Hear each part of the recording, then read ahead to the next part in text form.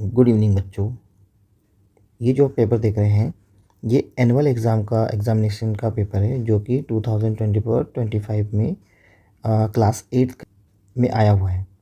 Class 8 का paper है और ये पेपर था 25 फरवरी का। ठीक है, तो आज मैं इसका पूरा सॉल्यूशन करवाने वाला हूँ, सारे ऑब्जेक्टिव और सारे क्वेश्चन सॉल्व करवाने वाला हूँ। तो चलिए शुरू करते हैं। तो देखिए, ये जो क्वेश्चन है, फर्स्ट क्वेश्चन क्या है? A number which can be expressed as p upon q where p and q are integers is called। तो इसको हम क्या बोलते हैं? रेशनल नंबर बोलते हैं। ठीक है, ये रेशनल नंबर होता है। रेशनल नंबर की डेफिनेशन यही है। दूसरा अगर हम बात करें, if the sum of two numbers is 13, one of this numbers is x, then other number will be. तो अदर नंबर क्या होगा? देखो, इस क्वेश्चन को हम किस तरीके से सॉल्व कर सकते हैं। यहाँ पर अगर हम ले लेते हैं दो नंबर का सम, मतलब एक x हो गया जो कि ये दिया हुआ है, दूसरा नंबर लेते हैं हम y, इन दोनों का सम कितना हो रहा है? कह रहा है ये 13। अगर यहाँ से हम y की वैल्यू निकालते हैं तो 13 और इसको ट्रांसफ़र करके x को अगर हम ट्रांसफ़र करते हैं इधर पे तो माइनस x हो जाएगा। तो ये हमारा आंसर डी ऑप्शन इसका करेक्ट ऑप्शन हो जाता है, सेकेंड का। थर्ड क्वेश्चन है the sum of interior angle of a polygon.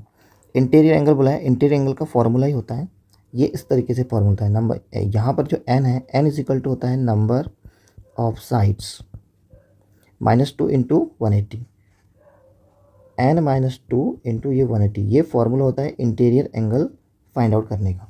Question number 4 की हम बात करें तो क्या है? क्वेश्चन नंबर 4 है the number is not a perfect square. कौन सा नंबर परफेक्ट स्क्वायर नंबर नहीं है? तो देखिए, ये परफेक्ट स्क्वायर नंबर होता है, ये भी परफेक्ट स्क्वायर नंबर होता है और ये भी परफेक्ट स्क्वायर नंबर होता है, जो कि 9 है। परफेक्ट स्क्वायर नंबर नहीं होता तो सिर्फ ये 8 नहीं होता। तो इसका करेक्ट आंसर क्या आ जाएगा? 8 आ जाएगा।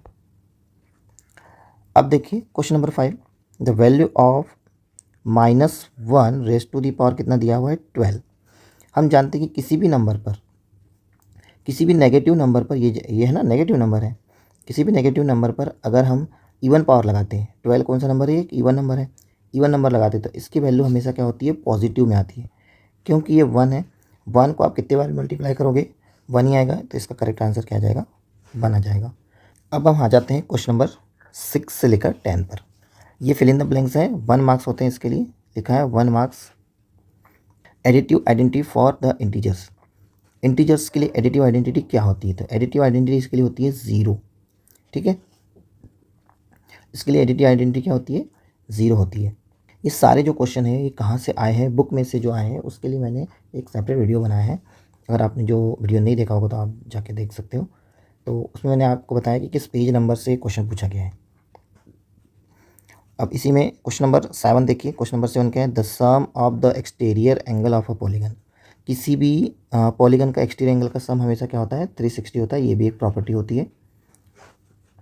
Information collected in the form of numbers. Numbers के फॉर्म में अगर हम कोई इन्फॉर्मेशन कलेक्ट करते हैं उसको हम बोलते हैं data. Under simple interest remains the same every year. क्या सेम रहता है?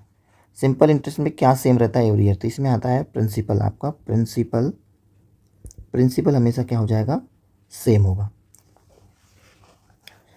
अब क्वेश्चन नंबर 10 की अगर हम बात करें तो क्वेश्चन नंबर 10 सीधा सीधा प्रॉपर्टी से पूछा हुआ है। तो 5⁻0 इज इक्वल टू क्या होता है? 1 होता है। ये बहुत आसान क्वेश्चन था। अब इसके बाद वाले देखिए क्वेश्चन क्या है? 11, 12 और 13, ये 2 मार्क्स वाले क्वेश्चन है। इसमें 2 मार्क्स मिलेंगे आपको। तो इसको मैं आगे सॉल्व कराऊंगा। फर्स्ट क्या लिखा है? Write the name of 2 quadrilaterals which are not parallelogram. मतलब ऐसे 2 क्वाड्रिलेटरल्स के नाम लिखना है जो पैरेललोग्राम नहीं हो। तो इसका आंसर सीधा है। इसका आंसर एक होता है काइट और दूसरा आंसर होता है इसका ट्रेपेजियम। ये 2 इसके आंसर लिखना था। बहुत ही आसान क्वेश्चन था। अब क्वेश्चन नंबर 12 की अगर हम बात करें तो क्वेश्चन नंबर 12 को मैं आगे सॉल्व करा रहा हूँ यहाँ पर। ठीक है, क्वेश्चन नंबर 12 देखिए, ये जो दिख रहा है क्वेश्चन नंबर 12, क्वेश्चन नंबर 12 अगर हम देखते हैं तो लिखा है 2⁻0 प्लस 3⁻0। ये क्या हो जाएगा? अगर 2 पर 0 की पावर है इसका मतलब ये हो जाएगा 1 और 3 पर 0 की पावर है मतलब ये हो जाएगा 1। दोनों को अगर हम ऐड करते तो आ जाएगा 2। तो इसका आंसर बनेगा। अगर हम 12 क्वेश्चन की बात करें, 12 क्वेश्चन क्या कह रहा है देखिए। अच्छा, ये 12 ही था, 11 तो हमने सॉल्व कर लिया। 1 मिनट, ये क्वेश्चन नंबर 12 था और अब हम करेंगे 13, question number 13। Question number 13 solve करेंगे। क्या लिखा हुआ है? What type of proportion will be there be between the height of an object and the length of the shadow? ठीक है, अब अगर आप इसको ध्यान से देखें तो ये होता क्या है, अगर कोई ट्री है, ठीक है, उसकी कोई शैडो बनती है, यहाँ पे कुछ शैडो बन रही है, ठीक है, तो बोल रहा है कि शैडो और जो ट्री है उसके बीच की उसमें कौन सा प्रोपोर्शन होगा। तो ऑब्वियस सी बात है कि अगर ट्री की लेंथ अगर ज़्यादा होगी तो उसकी शैडो भी क्या होगी, लॉन्ग भी। तो ऐसे इसमें क्या होता है, डायरेक्ट प्रोपोर्शन। आपको ये सब डायग्राम बनाना नहीं, मैं समझाने के लिए बता रहा हूँ, ठीक है। इरेज कर देते हैं। इसमें सीधा सीधा आंसर आ जाएगा डायरेक्ट प्रोपोर्शन, डायरेक्ट प्रोपोर्शन, ये इसका आंसर बनेगा। चलिए क्वेश्चन नंबर 11 भी हो गया, 12 भी हो गया, 13। अब हम चलते हैं नेक्स्ट पेज पर, क्वेश्चन नंबर 14 पर। ये आ जाता है क्वेश्चन नंबर 14। देखिए क्वेश्चन नंबर 14 क्या कह रहा है, if two persons if 2% take 20 minutes to arrange the chair in examination hall, then how much time will 5% do the same work? तो इसको सॉल्व करने के लिए देखिए आपको क्या करना पड़ेगा। सबसे पहले हम एक बॉक्स बनाते हैं यहाँ पे। ये अगर हम इसको सॉल्व करेंगे क्वेश्चन नंबर 14, यहाँ लिख सकते हैं let the number of hours या number of minutes is equal to X या वाई, कुछ भी ले सकते हैं, ठीक है। अगर हम यहाँ पर देखो इस तरीके से एक बॉक्स बनाते हैं, इस क्वेश्चन को सॉल्व करने के लिए आपको ऐसा बॉक्स बनाना पड़ेगा। तो यहाँ पर हम लिखेंगे नंबर ऑफ पर्सन और यहाँ पर लिखेंगे हम टाइम, और टाइम कितना है, टाइम किस में गिवन है, मिनट में, टाइम मिनट में। नंबर ऑफ पर्सन कितने हैं, नंबर ऑफ पर्सन है 2%, तब टाइम कितना लग रहा है 20 मिनट्स। अब अगर बोल रहा है कि नंबर ऑफ पर्सन 5 हो गए तो आपको टाइम कितना लगेगा, तो हम मान लेते हैं कि हमको x मिनट लगेगा, ठीक है। अब ये होता है टाइम और लेबर, ये हम बोल सकते हैं पर्सन। टाइम और पर्सन में हमेशा क्या होता है, इनवर्स प्रोपोर्शन होता है। हम यहाँ लिख सकते हैं बाय इनवर्स प्रोपोर्शन क्या हो जाएगा, x1 multiply y1 is equal to क्या होता है, x2 मल्टीप्लाई y2। ये इनवर्स प्रोपोर्शन का फॉर्मूला है, जिसमें x1 क्या होगा, x1 होगा ये और y1 होगा ये हो जाएगा x2 और ये y2। तो इस हिसाब से देखिए ये ना, ये अलग ही कर लो, इसको मैं बस समझाने के लिए लिख रहा हूँ, आपको याद होना चाहिए। तो यहाँ हो जाएगा 2 मल्टीप्लाई 20 इज इक्वल टू होगा 5 मल्टीप्लाई x। अगर हम इस 5 को इधर ट्रांसफर कर दें तो आएगा 2 इंटू 20 डिवाइडेड बाई क्या हो जाएगा, ये 5 इज इक्वल टू x। 5 से हम इसको 20 को डिवाइड कर देंगे तो कितना आएगा 4। आगे चले तो x इज इक्वल टू हमें क्या मिलेगा, 2 इंटू 4, 2 इंटू 4 मतलब 8 मिनट का इनको हम टाइम लगेगा। इस तरीके से सॉल्व कर सकते हैं। नेक्स्ट क्वेश्चन चलते हैं हम लोग, क्वेश्चन नंबर 15। ये रहा हमारा question number 15। Write two numbers whose squares can be found using the formula एक न्यूनेन पूर्वेन, ठीक है। ये एक मेथड का नाम है जिससे हम स्क्वायर्स फाइंड करते हैं। अब कौन से ऐसे नंबर है जिसका स्क्वायर हम इस मेथड से फाइंड कर सकते हैं। तो देखिए ये जो नंबर होते हैं, ये नंबर होते हैं 9 हो सकता है, 99 हो सकता है या 999 हो सकता है। इन सब सारे नंबर्स का हम स्क्वायर फाइंड करने के लिए इस मेथड का यूज़ करते हैं। तो यहाँ पे बस सिंपल सा ये आंसर लिखना था, द नंबर्स 9, 99 और 999 can be found using this formula, ठीक है। क्वेश्चन नंबर 16 पर चलते हैं। अब क्वेश्चन नंबर 16 क्या कह रहा है, find the value of 71 using the formula a plus B whole cube और a cube plus 3a square b plus 3ab square plus b cube, ठीक है। इस फॉर्मूले से आपको 71 का स्क्वायर फाइंड आउट करना है। तो 71 को हम क्या लिख सकते हैं, 7 प्लस 1, यह हम ऐसे कर सकते हैं। 71 में a इज इक्वल टू 7 हो जाएगा और b इज इक्वल टू क्या हो जाएगा 1। अब इस फॉर्मूला से हम यहाँ पर क्या करेंगे, इसको ब्रेक करेंगे। a plus B whole square is equal to क्या होता है, a cube plus 3a² B plus 3ab² plus b²। अब जहाँ जहाँ ए है वहाँ पर हम क्या करना पड़ेगा, 7 रखना पड़ेगा। और ये जो है ना, इसको हम सेक्शन कर देते हैं इस तरीके से, 4 सेक्शन में हम डिवाइड करते हैं। a³ मतलब 7³ आपको यहाँ पर 7³ करना पड़ेगा। यहाँ पर क्या करेंगे, 3 × 7² इंटू बी। यहाँ b मीन्स b मतलब यहाँ पर आएगा 1। उसके बाद 3 × 7 इंटू बी 1 होता है, और b², यहाँ b² नहीं है, b³। तो b³ कितना हो जाएगा, ये 1 हो जाएगा। या इस तरीके से हम लिख सकते हैं। अब यहाँ पे आगे अगर इसको सॉल्व करते हैं तो क्या मिलेगा आपको, 7 का क्यूब होता है 7 7 जा 49, और 49 इंटू तो 3 4 3 हो जाएगा यहाँ पर। अगर इसके बाद देखें तो यहाँ पे क्या होगा, 3 इंटू 49 इंटू 1, यहाँ पर क्या हो जाएगा 21, और यहाँ पे हो जाएगा 1। अब इसको सॉल्व करेंगे तो कितना आएगा, देखिए 3 9 जा 27, और 3 4 जा 12, और एक 14। ये अब इसकी कैरी क्लियर करेंगे, ठीक है। इसके बाद देखिए क्या करना पड़ेगा इसको आपको, ये जो है ना नंबर यहाँ पे मिल जाएगा आपको, ये आ जाएगा 1। अब यहाँ कोई कैरी तो यहाँ पे चलता है, यहाँ पे आ जाएगा 1। और दूसरा ये अगर हम इसकी बात करें, ये 2, तो 2 चले जाएगा इसमें, तो ये हो जाएगा 2, यहाँ पर हम लिख देते हैं इसको। तो ये 2 और 7 9, ये 4 9, और ये 14 यहाँ पर चला जाएगा कैरी। 14 इसको ऐड करेंगे तो कितना आएगा, देखिए यहाँ पर अगर हम ऐड करें 3 4 3 प्लस 14, तो ये हो जाएगा 7, 4 और 1 कितना हो जाएगा 5, और यहाँ पर आ जाएगा कितना 3। तो 3 5 7, तो जो हमारा नंबर मिलेगा ये इस तरीके से मिलेगा 3 5 7 9 1 1, ठीक है। अब इस तरीके से भी सॉल्व करके इसको देख सकते हैं।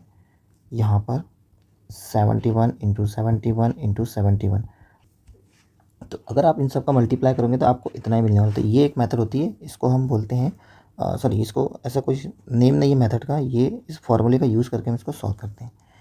चलो अब नेक्स्ट क्वेश्चन पे चलते हैं। ये question number short answer type, मतलब ये 3 मार्क्स वाले क्वेश्चन अब स्टार्ट हो गए हैं। ये 3 मार्क्स वाले क्वेश्चन हैं, इसको हम सॉल्व करेंगे। यहाँ पर देखिए क्या लिखा है, find the value of the following using distributive property. Distributive property से इसको सॉल्व करना है, ठीक है। सबसे पहले यहाँ पर देखिए डिस्ट्रीब्यूटिव प्रॉपर्टी को हम कैसे यूज़ करते हैं आपको मैं बता रहा हूँ। यहाँ पर जैसे ब्रैकेट की ज़रूरत तो नहीं है, प्लस 9 इंटू 16 और मल्टीप्लाई है -3/9, इसको ऐसे लिख सकते हैं। डिस्ट्रीब्यूटिव प्रॉपर्टी होती है ये, a into B plus a into C is equal to होता है a multiply b plus C. इस प्रॉपर्टी को हम क्या बोलते हैं, डिस्ट्रीब्यूटिव प्रॉपर्टी। यहाँ से देखो सेम नंबर को हम कॉमन करेंगे, यहाँ आ जाएगा 9/16 कॉमन आ जाएगा, तो अंदर बचेगा 4/12 प्लस, और यहाँ पे आएगा -3/12। क्योंकि इनका डिनोमीटर सेम है, किसका डिनोमीटर सेम है, 4 और 12 का डिनोमीटर सेम है, तो यहाँ पर हम क्या कर सकते हैं, चलिए यहाँ पर एक मिनट, हाँ ये 9 था, ठीक है। तो इसमें आप क्या कर सकते हो, इसको डिवाइड कर सकते हो यहाँ से, ये हो जाएगा कितना 1/3, और इसको हम डिवाइड करेंगे तो ये भी आ जाएगा 1/3। यहाँ बचा हमारे पास 1/3 प्लस माइनस माइनस 1/3। आगे सॉल्व करेंगे तो आ जाएगा 9/16 मल्टीप्लाई 0 हो जाएगा, क्योंकि ये सेम नंबर है, दोनों कैंसिल हो जाएंगे, तो इसका आंसर आता है 0। इस तरीके से डिस्ट्रीब्यूटिव प्रॉपर्टी का हम यूज़ कर सकते हैं। चलिए अब नेक्स्ट क्वेश्चन पर चलते हैं। क्वेश्चन नंबर 18 क्या कह रहे हैं, सॉल्व द इक्वेशन। इस इक्वेशन को हमें सॉल्व करना है। इक्वेशन दिया है 3m is equal to 5m minus 8/5। इस 5 को हम कर देंगे ट्रांसफ़र, तो ये हो जाएगा 3m multiply 5 is equal to 5m minus 8। तो ये हो जाएगा 15m is equal to 5m minus 8। अब हम क्या करेंगे, इस 5 को ट्रांसफ़र कर देंगे, तो ये हमें मिलेगा 15m minus 5m is equal to -8। तो ये हो जाएगा 10m इज इक्वल टू -8। तो m इज इक्वल टू आपको मिलेगा -8 डिवाइडेड बाई 8। इसको अगर हम डिवाइड कर देते हैं तो यह आ जाएगा -4/5। तो हमारा आंसर मिल रहा है m इज इक्वल टू -4/5। तो इस तरीके से इसको सॉल्व करना था। क्वेश्चन नंबर 19 देखिए क्या है। Question number 19, if a dice if a dice is thrown once then what is the probability of getting outcome 2 आने की प्रोबेबिलिटी क्या है। तो इसमें हमको क्या करना पड़ेगा, पहले हमें टोटल आउटकम्स फाइंड करना पड़ेगा। देखो अगर हम 1 डाइस को थ्रो करते हैं, 1 जो डाइस होता है उसको अगर हम थ्रो करते हैं तो टोटल उसमें नंबर्स होते हैं 1 2 3 4 5 और 6। तो जो टोटल आउटकम्स होंगे, टोटल आउटकम्स जो होंगे वो होंगे 6। और फेवरेबल आउटकम्स, फेवरेबल आउटकम्स हमारा कितना है, सिर्फ 2 है। मतलब इसका मतलब कि ये नंबर कितने, इसका सिर्फ 1 है। ठीक है, मतलब 2 यहाँ पर कितनी बार है, एक ही बार है। अब इसका अगर हम फॉर्मूला देखें, प्रोबेबिलिटी ऑफ गेटिंग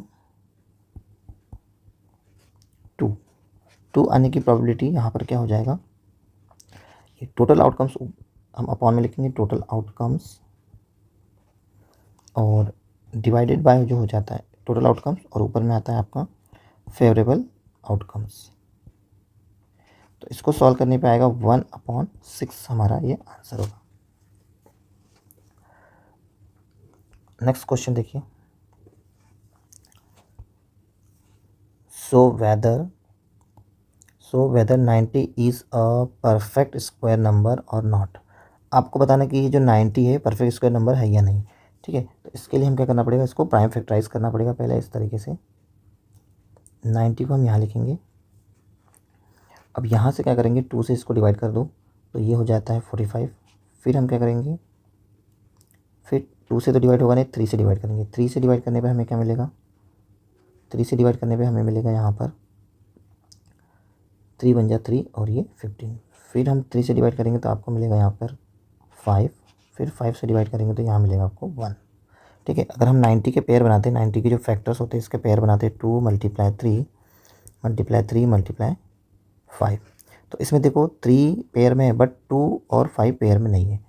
अगर इसके पेयर नहीं होते तो हम क्या करेंगे, हम बोल सकते हैं कि ये परफेक्ट स्क्वायर नंबर नहीं है। सो यहाँ पे लिखेंगे in the factor of 90 2 and 5 are not in pairs of 2s.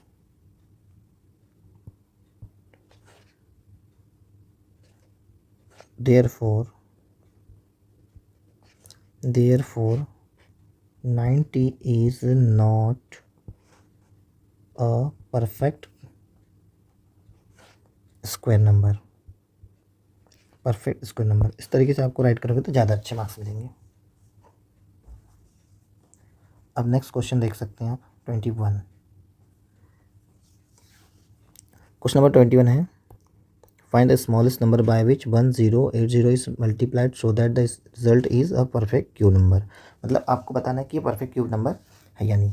चलिए इसको सॉल्व करते हैं। इसमें भी आपको क्या करना पड़ेगा, प्राइम फैक्टराइज करना पड़ेगा इसका 1080 को।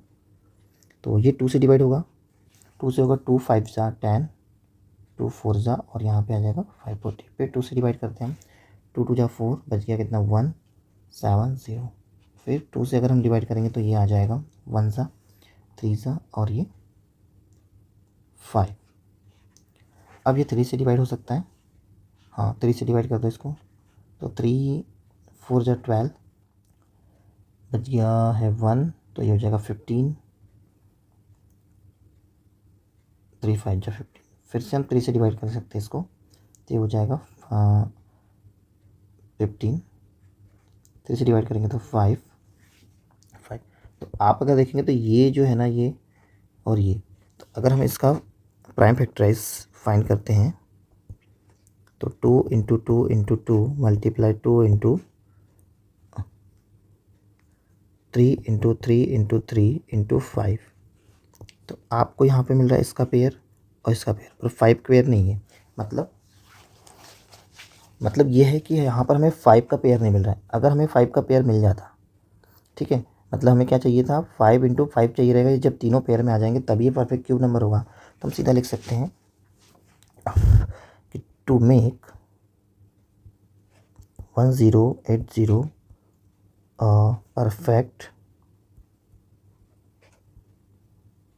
cube number we must be multiplied by 5 multiply 5 is equal to 25। ठीक है, 25 से मल्टीप्लाई करेंगे तो एक परफेक्ट क्यूब नंबर हमें मिलेगा। नेक्स्ट क्वेश्चन नंबर है ये 22। अ football team von 10 out of the total matches it played. If winning percent was 40, then how many matches did the team play in total? Total कितने उन्होंने match खेला। तो हम यहाँ पे एज्यूम कर लेते हैं, let the total matches they played, उन्होंने कितने मैचेस खेला, एक्स खेला फॉर एग्जांपल। ठीक है, और ये क्या है 40%।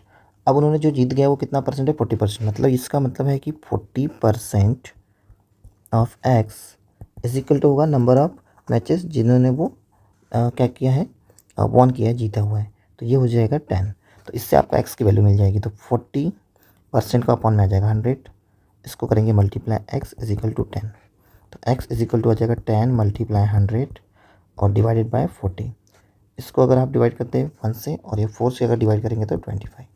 मतलब टोटल जो मैचेस होंगे, टोटल मैच जो उन्होंने खेला वो कितने हैं, 25 मैचेस होंगे। ठीक है, अब 3 मार्क्स वाले क्वेश्चन खत्म हो गए। अब इसके बाद आएंगे कौन से, लॉन्ग आंसर टाइप क्वेश्चन। ये 4 क्वेश्चन आते हैं, 23, 24, 25 और 26। इसको सॉल्व करते हैं। क्वेश्चन नंबर 23, इसमें बोल रहा है कि सिंप्लीफाई करना है आपको। ठीक है, ये जो क्वेश्चन है इसको सिंप्लीफाई करना है। क्वेश्चन लिखा है 1.5x माइनस 4y, फिर 1.5x plus 4y plus 3 minus 4.5x plus 12y। इसको सॉल्व करने के लिए क्या करना पड़ेगा हमको,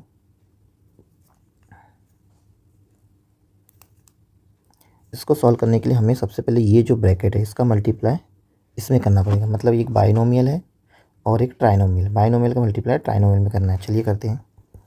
तो सबसे पहले हम लिखेंगे यहाँ पे 1.5। ये 1.5 का मल्टीप्लाई इस पूरे ब्रैकेट में होगा। ठीक है, तो मतलब किसमें होगा 1.5x प्लस 4y प्लस 3, ये फिर ये माइनस। अब इसमें इस जो 4y का मल्टीप्लाई फिर से क्या हो जाएगा, इसमें इस पूरे ब्रैकेट में हो जाएगा 1.5x प्लस 4y प्लस 3, ये। और ये जो बचा हुआ उसको एज इट इज़ हम लिख देते हैं 4.5x प्लस 12y। ठीक है, अब इसका मल्टीप्लाई इसमें होगा। अब देखिए 1.5 और ये 1.5x का मल्टीप्लाई करेंगे हम, तो आपको कितना मिलेगा, 1.5 होता है 2.25, क्योंकि 15 का इसको निकालेंगे एक्स स्क्वायर प्लस, फिर इस 1.5 का मल्टीप्लाई इस 4y से करेंगे। तो 1.5 और 4y मिलके 15, 15 4 जा कितना होता है, 15 4 जा होता है 60, मतलब 6.0y।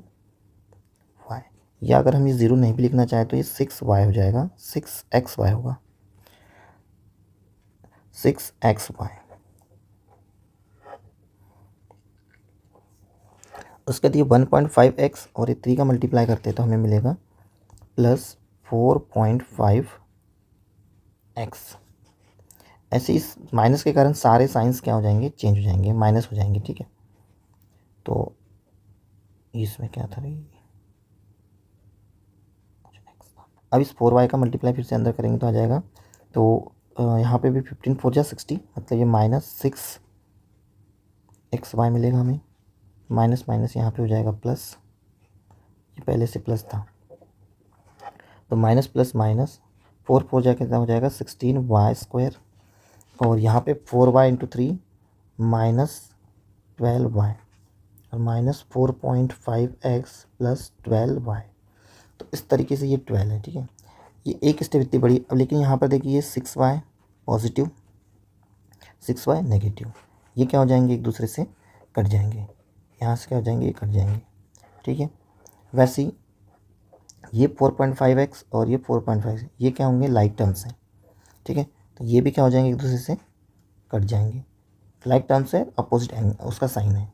अब क्या हो गया, बच गई ये दो, तो ये 12 और ये 12 है, पॉजिटिव और एक नेगेटिव, तो ये भी क्या हो जाएंगे, एक दूसरे से कट जाएंगे। तो आपके पास रिमेनिंग में बचा क्या, 2.25x² और यहाँ पे बचा ये -16y²। तो इस तरीके से इसको सॉल्व करना था आपको। नेक्स्ट क्वेश्चन क्या है देखिए, rhombus. The area of rhombus is 240 square centimetres. The length of one diagonal is 16 centimetres. Find the length of the diagonal. तो देखिए रोम्बस इस तरीके से बनता है,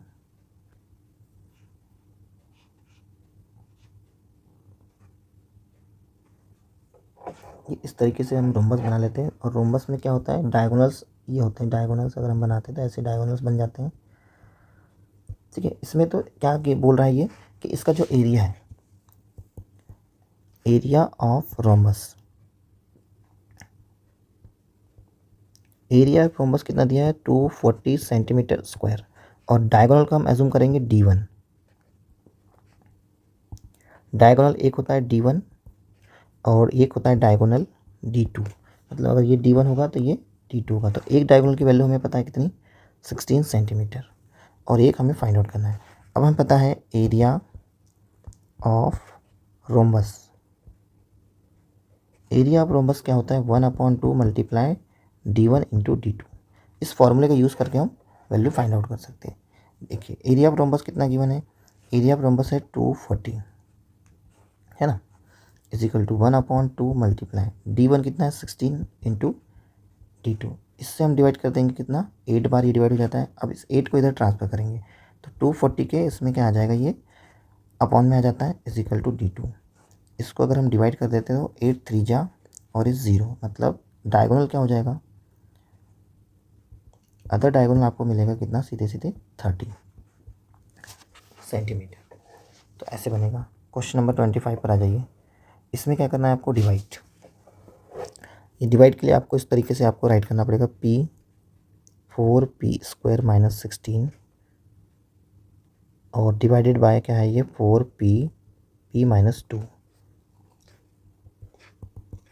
P4p² - 16 और अपॉन में क्या हो जाएगा 4p p-2। अब इसके आगे देखिए हमें क्या करना पड़ेगा, यहाँ से देखो ये p यहाँ से कॉमन है, ठीक है। उसके अलावा हम क्या कर सकते हैं, 4 भी कॉमन ले सकते हैं। 4 को कॉमन ले लो यहाँ पर, 4 अगर कॉमन आएगा तो अंदर बचेगा p² - 4 और अपॉन में ये 4p² p-2 बचा रहेगा, ये इससे डिवाइड हो जाएगा। तो बचा क्या आपके पास, p² - 4 अपॉन p-2। अब इसको हम फैक्टराइज करेंगे, ये वाली एक आइडेंटिटी होती है, a² - b² is equal to होता है a + b और a - b। तो इसको हम लिख सकते हैं p² - 2² अपॉन p-2। इससे क्या हो जाएगा, फैक्टराइज होके ये p + 2 और p-2 और डिवाइडेड बाय p-2। इस p-2 से p-2 कट जाएगा तो आपके पास बचेगा p + 2, इसका आंसर बचा हुआ रहेगा। तो इस तरीके से हम इसको सॉल्व कर सकते हैं। नेक्स्ट क्वेश्चन सॉल्व करेंगे अब हम। इसमें बताना है आपको, ग्राफ बना के बताना है। तो ग्राफ बहुत ही आसान है, यहाँ पर आपको स्केल चूज़ करना पड़ेगा। तो मैंने थोड़ा इस तरीके से बनाया है। तो यहाँ पर हम क्या करते हैं, एक सीधी लाइन ड्रॉ करते हैं। चलिए एक लाइन बना देते हैं इससे, यहाँ पर एक लाइन बना देते हैं सीधी, ये ओरिजिन है। अब यहाँ पर देखिए हम क्या करेंगे, आपको बनाना क्या है, एक लीनियर ग्राफ बनाना है। तो इस एक्सिस पे हम डे यूज़ करेंगे, डे यहाँ पे हम डे ले लेंगे और यहाँ पर है ईयर्स, डेज, और यहाँ लेंगे हम ईयर्स। और यहाँ पर हम स्केल चूज़ करते हैं 2 4,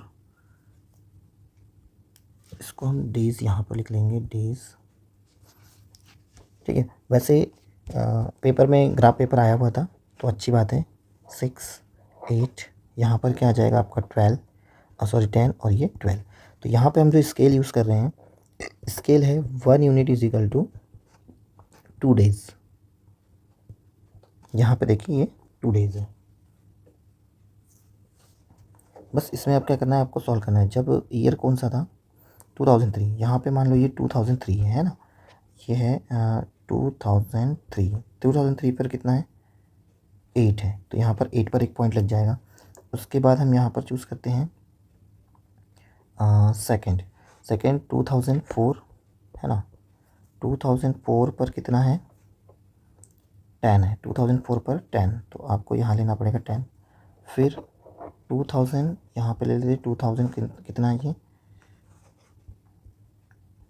2005 पर कितना है, 5, तो 5 6 और इसके बीच में आएगा कहीं यहाँ पर 2005 में 5 और 2006 में 12, तो यहाँ से हम लेंगे 2006 में 12, मतलब ये यहाँ पर। अब लाइन ग्राफ को हम क्या करेंगे, इस तरीके से आपको ड्रॉ कर देना है, ऐसे ऐसे ऐसे। तो ये जो है ना, ये आपका लाइन ग्राफ इस तरीके से बन जाता है। तो ये आपका पेपर का सॉल्यूशन था। वीडियो कैसा लगा कमेंट में ज़रूर बताना, और जो भी आपको डाउट लग रहा है इस पेपर में, वैसे तो पेपर बहुत ईजी था, अगर कोई क्वेश्चन आपको समझ में आया तो आप कमेंट में हमें बता सकते हैं, है ना। चलिए, ये क्वेश्चन का सॉल्यूशन था। अब सॉल्यूशन आपको कैसा लगा हमें कमेंट में ज़रूर बताइए, है ना। और चलते हैं, नेक्स्ट वीडियो में मिलेंगे।